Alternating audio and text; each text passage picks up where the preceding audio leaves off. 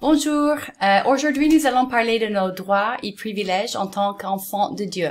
Et beaucoup d'entre vous sont déjà des enfants de Dieu. Et pour ceux qui ne le sont pas ou qui ne sont pas sûrs, c'est-à-dire ceux qui n'ont pas encore renoncé officiellement au monde pour devenir des citoyens du royaume de Dieu, il faut savoir que vous pouvez venir dans le royaume de Dieu quand vous voulez. La Bible dit que Jésus-Christ frappe à la porte et il suffit de le laisser entrer. Et rassurez-vous de ne jamais rater une vidéo en vous abonnant à cette chaîne et en cliquant sur la clochette à côté du bouton d'abonnement. Donc, dans cette vidéo, je veux parler des droits et privilèges dont tous les citoyens du royaume de Dieu bénéficient. Nous ne pouvons pas bénéficier des privilèges dont nous ignorons l'existence, n'est-ce pas? Il y a des milliers de promesses merveilleuses de Dieu énoncées dans la Bible et nous n'avons pas le temps de regarder les toutes aujourd'hui, mais jetons un œil sur un passage que nous pouvons considérer comme une ligne de démarcation. Le voleur ne vient que pour dérober, égorger et détruire. Moi, je suis venu afin que le brebis ait la vie et qu'elle soit dans l'abondance. Dans la Bible, les brebis font référence aux personnes qui appartiennent à Dieu. J'appelle ce verset une ligne de démarcation parce qu'il nous aide à discerner que vient du diable et que vient de Dieu. L'ennemi, le diable, dérobe, égorge et détruit. La mort, la maladie, le manque, la pauvreté, l'injustice, la destruction, le conflit, l'hostilité, tout cela vient du diable. Par contre, tout ce qui concerne la vie et l'abondance vient de Dieu. Dieu nous donne la vie et la santé pour tout notre être, c'est-à-dire, il nous guérit spirituellement, émotionnellement et physiquement. La santé spirituelle est la vie éternelle. La santé émotionnelle est la vie de notre âme, c'est-à-dire dans le domaine de notre personnalité, nos émotions et nos relations avec les autres. Et la santé physique est évidemment la vie à notre corps. De Dieu vient aussi la justice et l'abondance. Ok, à ce stade, peut-être que vous commencez à poser des questions. Par exemple, peut-être que vous demandez, si Dieu veut nous donner toutes ces choses merveilleuses, alors pourquoi le monde est-il aussi plein de malheurs, de maladies, de manques et de souffrances? Pourquoi Dieu ne peut-il pas simplement effacer ou détruire tout cela? Pourquoi il n'envoie pas ses anges pour aller guérir tous les malades dans les hôpitaux? Pourquoi n'arrête-t-il pas les guerres? Ce sont des questions pertinentes qui méritent d'être examinées.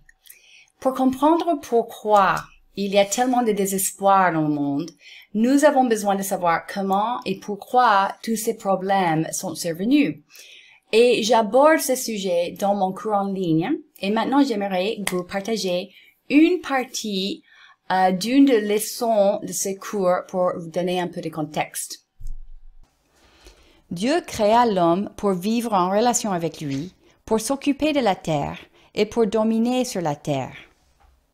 Genèse 2, 15. L'Éternel Dieu prit l'homme et le plaça dans le jardin d'Éden pour qu'il le cultive et le garde. Genèse 1, 26, 31. Puis Dieu dit, faisons l'homme à notre image, à notre ressemblance, qu'il domine sur les poissons de la mer, sur les oiseaux du ciel, sur le bétail, sur toute la terre et sur tous les reptiles qui rampent sur la terre. Dieu créa l'homme à son image. Il le créa à l'image de Dieu. Il créa l'homme et la femme. Dieu les bénit et leur dit, « Reproduisez-vous, devenez nombreux, remplissez la terre et soumettez-la. Dominez les poissons de la mer, les oiseaux du ciel, et tout animal qui se déplace sur la terre. » Dieu dit aussi, « Je vous donne toute herbe à graines sur toute la surface de la terre, ainsi que tout arbre portant des fruits avec pépins ou noyaux. Ce sera votre nourriture. À tout animal de la terre, à tout oiseau du ciel, et à tout ce qui se déplace sur la terre, à ce qui est animé de vie, je donne toute herbe verte pour nourriture. » Et cela se passa ainsi. Dieu regarda tout ce qu'il avait fait, et il constata que c'était très bien. Il y eut un soir et il y eut un matin. Ce fut le 6e jour. Nous voyons dans ces versets que dans le jardin d'Éden où nous étions originalement censés vivre, nous avions une responsabilité, celle d'entretenir et de dominer sur la terre et sur tout le reste de la création. Nous voyons aussi que tous nos besoins étaient satisfaits. Les plantes produisaient des fruits en abondance pour notre nourriture. La terre les produisait librement. Nous n'avions pas besoin de travailler la terre. Genèse 2, verset 10 dit qu'un fleuve sortait d'Éden pour arroser le jardin. Nous n'avions même pas besoin d'irriguer les plantes. Note bien que l'homme fut créé au 6e jour, après que Dieu avait créé tout le reste, et nous étions censés vivre avec lui le 7e jour, le jour du repos. Genèse 2, 23. Le 7e jour, Dieu mit un terme à son travail de création. Il se reposa de toute son activité le 7e jour. Dieu bénit le 7e jour et en fit un jour saint, parce que ce jour-là, il se reposa de toute son activité, de tout ce qu'il avait créé. Le 7e jour est le jour du repos parce que Dieu avait tout achevé. Il ne lui restait plus rien à créer. Tout était parfait, dans le sens où tout était complet. C'est le 7e jour que l'homme était censé vivre avec Dieu. Dans Genèse chapitre 3, nous voyons qu'Adam a choisi de s'allier avec l'ennemi. L'ennemi a proposé une version des faits qui contredisait la parole de Dieu. Adam avait un choix. Devrait-il croire Dieu, ou plutôt le serpent? Quelle version des faits allait-il croire? Nous savons qu'il a choisi de croire le diable. Genèse 3, 1, 19. Le serpent était le plus rusé de tous les animaux sauvages que l'Éternel Dieu avait fait. Il dit à la femme, « Dieu a-t-il vraiment dit, vous ne mangerez aucun des fruits des arbres du jardin ?» La femme répondit au serpent, « Nous mangeons du fruit des arbres du jardin. Cependant, en ce qui concerne le fruit de l'arbre qui est au milieu du jardin, Dieu a dit, « Vous n'en mangerez pas et vous n'y toucherez pas, sinon vous mourrez. » Le serpent dit alors à la femme, « Vous ne mourrez absolument pas, mais Dieu sait que, le jour où vous en mangerez, vos yeux s'ouvriront et vous serez comme Dieu, vous connaîtrez le bien et le mal. » La femme vit que l'arbre était porteur de fruits bons à manger, agréables à regarder et précieux pour ouvrir l'intelligence. Elle prit de son fruit et en mangea. Elle en donna aussi à son mari qui était avec elle, et il en mangea. Leurs yeux à tous les deux s'ouvrirent, et ils prirent conscience qu'ils étaient nus. Ils attachèrent des feuilles de figuier ensemble et s'en firent des ceintures. Quand ils entendirent la voix de l'Éternel Dieu en train de parcourir le jardin vers le soir, l'homme et sa femme se cachèrent loin de l'Éternel Dieu au milieu des arbres du jardin. Cependant, l'Éternel Dieu appela l'homme et lui dit, « Où es-tu » Il répondit, « J'ai entendu ta voix dans le jardin et j'ai eu peur, parce que j'étais nu. Alors je me suis caché. » L'Éternel Dieu dit, « Qui t'a révélé que tu étais nu? Est-ce que tu as mangé du fruit de l'arbre dont je t'avais interdit de manger ?» L'homme répondit, « C'est la femme que tu as mise à mes côtés qui m'a donné de ce fruit et j'en ai mangé. » L'Éternel Dieu dit à la femme, « Pourquoi as-tu fait cela ?» La femme répondit, « Le serpent m'a trompé et j'en ai mangé. » L'Éternel Dieu dit au serpent, « Puisque tu as fait cela, tu seras maudit parmi tout le bétail et tous les animaux sauvages. Tu marcheras sur ton ventre et tu mangeras de la poussière tous les jours de ta vie. Je mettrai l'hostilité entre toi et la femme, entre ta descendance et sa descendance. Celle-ci t'écrasera la tête et tu lui blesseras le talon. » Il dit à la femme, « J'augmenterai la souffrance de tes grossesses. C'est dans la douleur que tu mettras des enfants au monde. Tes désirs se porteront vers ton mari, mais lui, il dominera sur toi. » Il dit à l'homme, « Puisque tu as écouté ta femme et mangé du fruit au sujet duquel je t'avais donné cet ordre, tu n'en mangeras pas. Le sol est maudit à cause de toi. C'est avec peine que tu en tireras ta nourriture tous les jours de ta vie. Il te produira des ronces et des chardons, et tu mangeras de l'herbe des champs. C'est à la sueur de ton visage que tu mangeras du pain, et ce, jusqu'à ce que tu retournes à la terre, puisque c'est d'elle que tu as été tiré. Oui, tu es poussière, et tu retourneras à la poussière. Ici, nous voyons que c'est l'homme et non pas Dieu qui a maudit la terre. Dans ces versets, Dieu a dit « Le sol est maudit à cause de toi ». Nous avons vu dans Genèse chapitre 1 que l'homme domine tout ce que Dieu a créé sur terre. Donc c'est l'homme qui a maudit la terre. C'est l'homme qui a choisi de s'allier avec les serpents et c'est l'homme qui a choisi de quitter le jardin d'Éden et de se séparer de Dieu. Dieu, lui, était fidèle. Mais Adam a choisi de se mettre d'accord avec le serpent. En faisant cela, Adam a partagé le même destin que le diable. Qu'est-ce le destin du diable? L'enfer. Dans une parabole racontée dans Matthieu 25, Jésus dit « Éloignez-vous de moi, maudit, allez dans le feu éternel qui a été préparé pour le diable et pour ses anges. » Là, nous voyons que l'enfer et la damnation éternelle furent préparés pour le diable et ses anges, et non pas pour l'homme. Mais en choisissant de s'allier avec le diable, l'homme a participé à son destin. Il y a des gens qui pensent que le fait que Dieu soit tout-puissant signifie qu'il peut tout faire, mais ce n'est pas vrai. Il y a quelque chose que Dieu ne peut pas faire. Nous le voyons dans 2 Timothée 2:13. Si nous sommes infidèles, lui reste fidèle, car il ne peut se renier lui-même.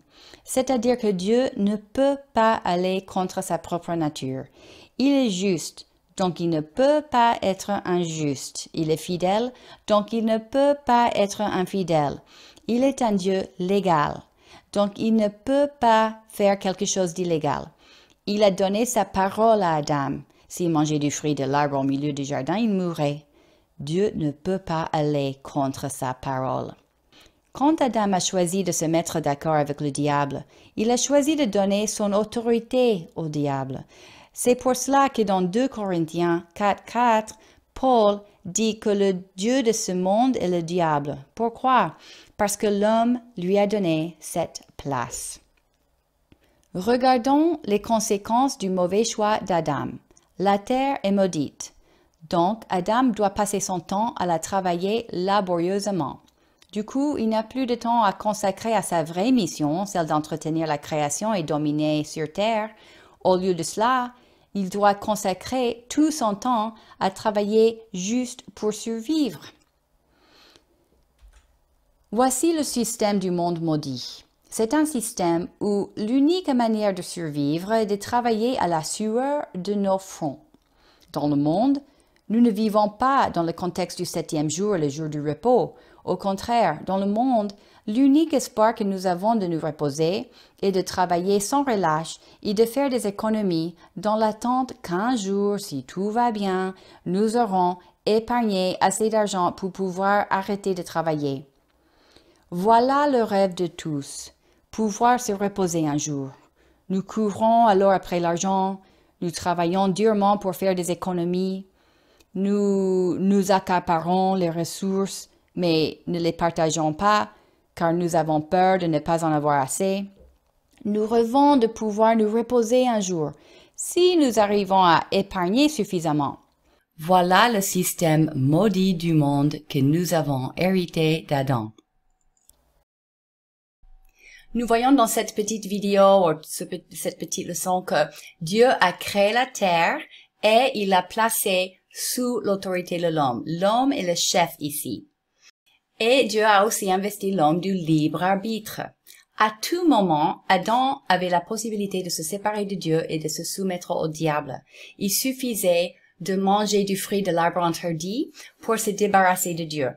Ce qu'Adam a fait en effet était d'expulser Dieu de la terre, et il a donné son autorité au diable, et Adam avait le droit de le faire. Donc, ce qu'il a fait était tout à fait légitime. Imaginez que vous avez une propriété, que vous signez un bail avec un locataire. Vous placez votre bien à la disposition du bailleur pendant la période établie dans le contrat de location. Lorsque le bailleur occupe les lieux, vous, le propriétaire, n'avez pas le droit de vous introduire dans la maison sans l'accord du bailleur. Cela est écrit dans tous les baux. C'est lui l'occupant, et si vous entriez dans la maison sans son accord, ce serait l'introduction par effraction. Il constituerait un crime. Alors, imaginez maintenant que le bailleur signe un contrat de location avec une autre personne. Maintenant, c'est l'autre occupant qui a le droit légal d'y habiter et il faut lui laisser là jusqu'à la fin de la période du bail. Vous pouvez l'expulser après la conclusion du bail, mais pas avant. Dans notre exemple, Dieu est le propriétaire de la terre et il l'a placée sous l'autorité de l'homme pour une période. Cette période va prendre fin un jour, mais pour le moment, le contrat est toujours en vigueur. Puis, l'homme a placé la terre sous l'autorité ou sous l'occupation du diable. C'était dans son droit de le faire. Dans Luc chapitre 4, le diable a essayé de tenter Jésus et le faire désobéir à Dieu. Le diable, l'ayant élevé, lui montra en un instant tous les royaumes de la terre et lui dit, « Je te donnerai toute cette puissance et la gloire de ces royaumes, car elle m'a été donnée, et je la donne à qui je veux. Si donc tu te prosternes devant moi, elle sera toute à toi. » Jésus lui répondit, « Il est écrit, tu adoreras le Seigneur, ton Dieu, et tu le serviras, lui seul. » Contrairement à Adam, Jésus a résisté à cette tentation. Mais notez que Satan avait le droit de donner son autorité à qui il voulait. Il dit que l'autorité lui a été donnée. Par qui? Par Adam. Et donc, il a proposé à Jésus de lui donner cette autorité en échange de son adoration. Et nous savons que Jésus n'est pas tombé dans son piège. Ok, donc, nous avons vu que Dieu ne peut pas venir faire du n'importe quoi ici sur terre. Oui, Dieu est tout puissant, il est souverain, il fait ce qu'il veut, mais dans sa souveraineté, il a choisi de placer la terre sous la domination de l'homme. Personne ne l'a poussé à le faire. C'était sa volonté de le faire. Et nous avons vu dans ma vidéo numéro 2 que Dieu ne change pas. Il se contredit pas. Il reste toujours sa volonté que l'homme soit le chef ici. Donc Dieu s'est contraint lui-même. Il est contraint par les lois qu'il même a mises en place. Vous voyez? Donc oui, il y a des choses que Dieu ne peut pas faire. Non parce qu'il n'a pas le pouvoir de le faire, mais parce qu'il n'a pas le droit légal de le faire. Et c'est lui-même qui a choisi ces lois. Ok, donc, nous comprenons que l'homme a commis une grave erreur et a expulsé Dieu de la terre. Mais heureusement pour nous, l'histoire ne s'arrête pas là. Dieu avait un plan de sauvetage et nous le verrons en détail dans une future vidéo. Si vous avez aimé la petite vidéo que je vous ai montrée aujourd'hui, la petite leçon, je vous invite à accéder à tous les cours en ligne. Je mettrai le lien dans la description ici en bas. Bon, ça c'est tout pour aujourd'hui. À bientôt.